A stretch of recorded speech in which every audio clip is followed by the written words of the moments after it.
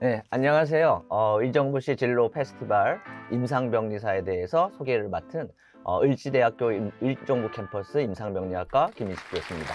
만나봐서 반갑습니다. 예, 제가 짧은 시간이지만 여러분들 임상병리사에 대해서 좀 소개를 드릴까 합니다. 지금 여러분들 다 알다시피 코로나 또는 뭐 위드 코로나, 포스트 코로나 뭐 이런 말들을 많이 하는데 여러분들 뭐 코로나 걸린 친구들도 있고 그 다음에 또 건강하게 또 잘 버티고 있는 친구들도 있을 수 있을 것 같아요.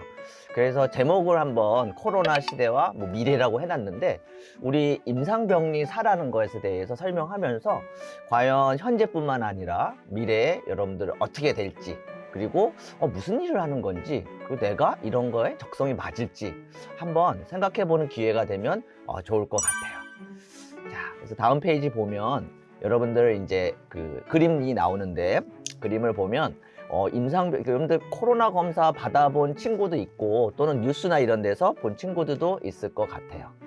그래서 거기서 보면 여러분들 그 뭐 면봉이 쭉 이렇게 들어가는 걸 볼 수가 있는데 그 선생님들 무슨 역할을 하는 거지? 누가 그런 거 하는 거지? 의사 선생님이신가? 아니면 간호사 선생님입니까? 뭐 궁금한 친구들도 있겠고 또는 너무 이렇게 들어가서 아파가지고 눈물 흘린 친구들도 있고 뭐 그랬을 것 같아요. 여러분들이 봤던 그 분들이 바로 임상병리사 선생님들이에요. 피나 소변이나 이런 검체들을 검사하는 검사를 왜 할까? 여러분들 이렇게 눌러서 왜 검사를 할까요? 바로 여러분들 안에 바이러스가 있는지 없는지 그걸 알아보기 위해서. 그냥 얼굴만 보고 이렇게 알 수는 없잖아. 그래서 의사 선생님들은 대화를 하면서 진단하고 치료를 한다고 하면 간호사 선생님들은 그 환자들 간호하는 역할. 그럼 치료나 간호 이전에 뭐가 있어야 될까? 바로 질병을 알아야겠죠. 그 바로 질병의 진단, 그걸 우리가 검사라고 얘기하는데 그래서 검사를 통해서 진짜 코로나가 있는지 없는지 이런 걸 살펴보는 거. 그리고 또 코로나뿐만 아니라 여러분들 다른 질환들도 이런 많은 것들을 검사를 하게 돼요. 암이라든지 또는 뭐 염증이 있다든지 뭐 그 외에 뭐 머리가 아파요, 뭐 두통이라든지 이런 것도 다 마찬가지로 검사를 하는 바로 임상병리사 선생님들의 역할이라고 볼 수가 있습니다. 자, 그러면 우리 임상병리사가 어떠한 일을 하고 어떠한 역할을 할까? 너무 어렵게가 아니라 조금 쉽게 여러분들한테 설명을 해줄게요. 임상병리사 보면 뭐 병리학, 미생물학 이런 말이 앞에 나오죠. 보통 우리가 과학이라고 하는 거 생각을 하면 될 것 같아. 그래서 우리가 검사하는 것도 과학적으로 해요. 그럼 어떠한 과학이 있을까? 당연히 여러분들 뭐 미생물 그러면 뭐 대장균 뭐 이런 거 들어봤을 것 같은데 뭐 식당 가서 오염 같은 거 측정을 할 때 대장균이 많나 적나? 많으면 당연히 어떨까? 뭐 배가 아프고 뭐 설사도 날 수 있고 막 할 수 있겠죠? 그래서 그런 것을 공부하는 게 이제 미생물학이에요. 그러면 미생물학만 하나? 아니죠. 우리 그 임상병리학은 학이라는 게 딱 정해져 있다기보다는 되게 포괄적으로 돼 있어요. 왜냐면 질병이 워낙 다양하기 때문에 그러한 부분들을 하나하나 아주 세부적으로 현미경 보듯이 세부적으로 하게 돼 있습니다. 그래서 거기 보면 뭐 병을 알아야 되니까 뭐 병리학이란 말도 있고 또 화학인데 뭐 생물학적인 거, 생명과학적인 거 알아야 되는 뭐 생화학도 있고 뭐 기생충은 좀 들어봤겠죠? 근데 기생충은 솔직히 많이 없어져서 그런 기생충에 대한 걸 많이 줄어들었어요. 또는 여러분들 유전자 들어봤는지 모르겠어요. 뭐 DNA 뭐 이런 것들 뭐 영화에서도 나오는데 이런 유전자가 잘못됐을 경우에도 암이라든지 그래서 그런 것들을 진단을 해야 되는 걸 가지고 있어요. 그래서 그 외에도 여기 보면 요학이라는 말이 나오는데 이제 소변이라고 우리가 일반적으로 얘기하는 거 그거를 이제 요라고 얘기를 합니다. 그래서 혈액 검사, 그러니까 피 검사가 가장 기본적인 거고 그 다음에 소변 검사 이런 것도 할 수가 있어서 그거에 관련된 것도 우리가 공부를 해야겠죠. 그래서 그러한 것들이 법에 들어가 있고 뒤에 부분 보면 뭐 제재라든지 이런 어려운 말이 나오는데 쉽게 얘기를 해서 여러분들 이제 헌혈 한 친구들도 있고 또 아직 뭐 나중에 할 친구도 있긴 하겠지만 헌혈을 하면 어떻게 되죠? 내가 피를 다른 사람한테 주기 위해서 이제 모으고 이런 역할을 하죠. 그래서 그런 것들도 다 임상병리사 선생님들이 합니다. 그래서 그러한 부분들이라든지 그 다음에 이런 검사할 때 쓰이는 시약, 그다음에 보관을 어떻게 할까? 그래서 그러한 것들을 어떻게 하는지 우리가 하는 그런 그 여러 가지 역할을 한다고 보면 되겠습니다. 여러분들 이제 그림을 보면 왼쪽에 기기가 막 나와 있어요. 그래서 로봇처럼 쫙 멋있게 나와 있죠. 요즘은 다 그렇게 나와 있어요. 그래서 여러분들 그 검사라는 게 막 손으로 막 이렇게 하는 게 아니라 첨단 기기들이 있어서 그것들을 활용합니다. 그럼 또 질문을 하는 경우가 있어요. 뭐냐면 교수님, 그럼 우리 기기를 잘 다뤄야 되나요? 교수님도 기기를 잘 몰라요. 저희는 그렇죠, 그걸 이용을 해서 검사를 하고 질병이 어떤 것인지를 알아내는 역할을 하기 때문에 기기를 좀 못한다고 해서 임상병리사를 못한다? 전혀 상관이 없습니다. 그리고 대학에 들어와서더라도 기기에 대해서는 아주 작게 배우는 거기 때문에 너무 염려하지 않아도 됩니다. 두려워할 필요 없습니다. 그리고 옆에 보면 선생님들이 현미경 이렇게 보고 있죠? 현미경. 그래서 현미경 많이 봅니다. 왜냐하면 미생물이나 이런 바이러스 되게 조그맣기 때문에 이런 거, 세포들도 이런 것들 보기 위해서는 현미경을 보는, 좀 멋있어 보이나요? 옆에 이제 프로그램도 있는데 요즘은 뭐 첨단 기기들이 많이 있어서 컴퓨터하고 연결시켜가지고 잘 볼 수 있게, 그러니까 진단을 정확하게 하기 위해서 하고 있는 것이라고 보면 되겠습니다. 자, 다음 페이지 보면 지금 나와 있듯이 공무원들, 보건직 공무원이라고 되어 있는데, 여러분들 시나 또는 구나 이렇게 안에 가보면 보건소가 있어요. 여러분들 이제 할머니, 할아버지라든지 뭐 부모님도 보건소 갈 수도 있겠죠. 그 보건소에서 검사의 역할을 하는 게 누굴까? 예, 이제 좀 이해가 되겠죠? 임상병리사. 그러니까 진단 검사를 한다.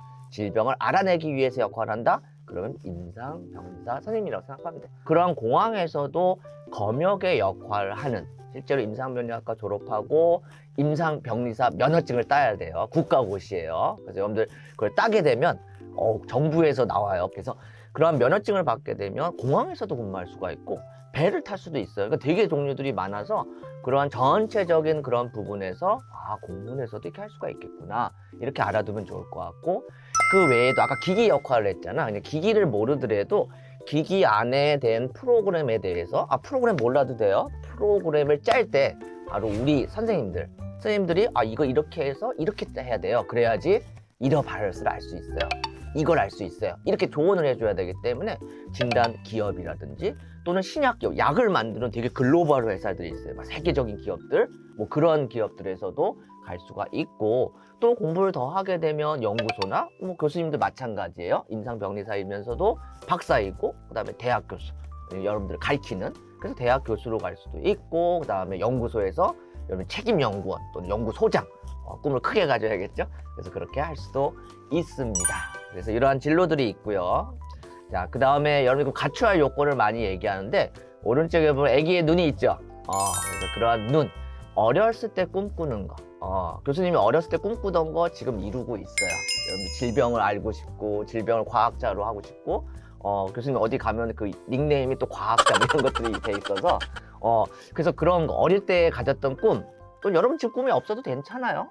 지금 이런 것들을 여러분들이 보는 것만 하더라도 꼭 임상병리사가 아니래도 다양한 직업을 알아서 선택할 수 있는 기회가 있다는 거, 얼마나 행복한 거예요. 그래서 그러한 기회가 있다고 생각을 하고 지금의 일들을 쭉 하면 됩니다. 그리고 항상 교수님이 학생들한테 하는 얘기들이 있어요. 밑에 보면 가수, 게임들이 있는데 해야 됩니다. 또 해야 되니까 뭐 이거 막 그 얘기가 아니라, 너무 중독되지 않고 내가 게임이나 음악이나 미술이나 이런 걸 즐길 수 있는 건 얼마나 행복한 거야.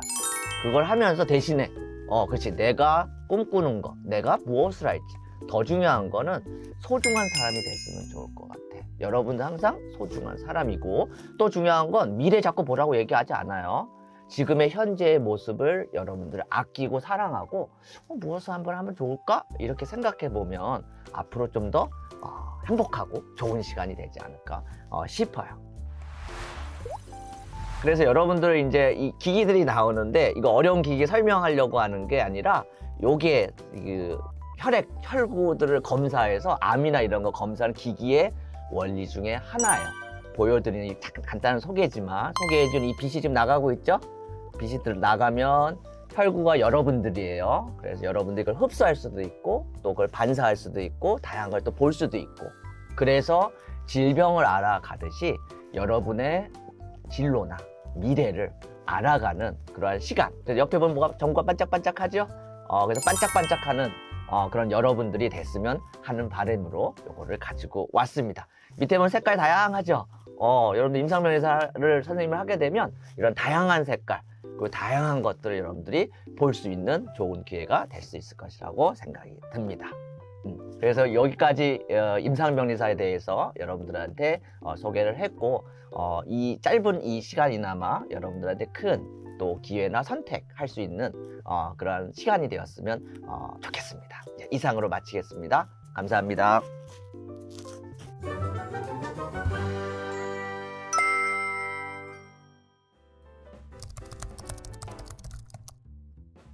네, 이 계기라 그러면 지금 찍는 거하고도 연결돼 있을 것 같아요. 여러분들이 이렇게 소개하고 교수님이 이렇게 나와서 하는 이유도 그 하나의 이유가 되겠는데요. 실제 그 고3 때 저는 그 전까지는 임상병리사를 잘 몰랐어요. 솔직히 말하면. 솔직히는 중학교, 고등학교 이럴 때는 그냥 과학자, 그다음에 뭐 박사, 교수, 뭐 아니면 의사, 뭐 이런 식으로 생각을 했었는데 고3 때 그때는 이 유튜브나 이런 것들이 별로 없어서 이런 매체들이 별로 없었는데 그 선배가 와서 임상병리학과에 대해서 임상병리사에 대해서 소개를 막 해주는 거예요. 그래서 그때 보고 바로 이거다. 내가 진짜 원했던 그것이 바로 여기 있었구나. 그래서 그때 실제 되게 짧게 생각을 했어요. 그때 한 달도 안 돼서 시험 보기 한 2주 전, 지원하기 한 2주 전에 그 얘기를 듣고 한 일주일 고민을 좀 하고 선택을 했던 것 같아요.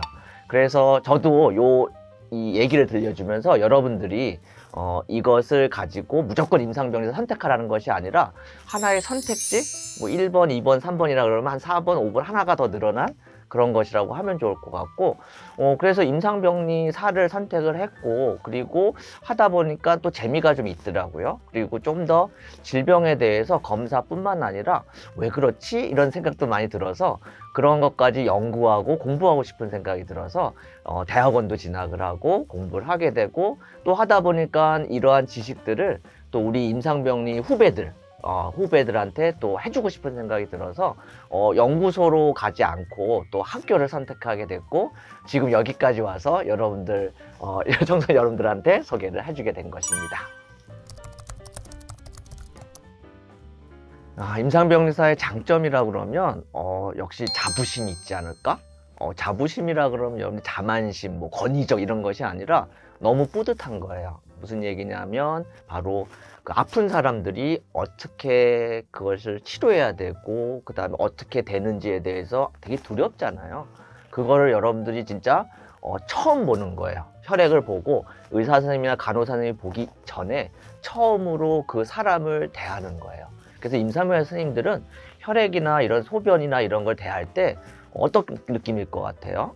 그냥 뭐 검체나 물건이 이게 아니라 실제 사람으로 대할 수 있는 그러한 걸 가지고 보이진 않지만 그래서 장점이라고 하면 그 분들을 미리 진단을 해서 질병을 치료하고 그 다음에 나가는 모습을 보지는 못해요, 임상병리 선생님들은. 하지만 그것들을 알려줄 수 있는 정보를 그리고 치료에 기여할 수 있다는 자부심이 있고 아까 단점까지 조금 얘기를 한 것 같은데 단점이라 그러면 그렇죠, 환자를 보지를 잘 못해요. 그러니까 체열을 하거나 이럴 때는 앞에서 보고 솔직히는 조금 더 안 좋은 모습을 더 많이 보겠죠.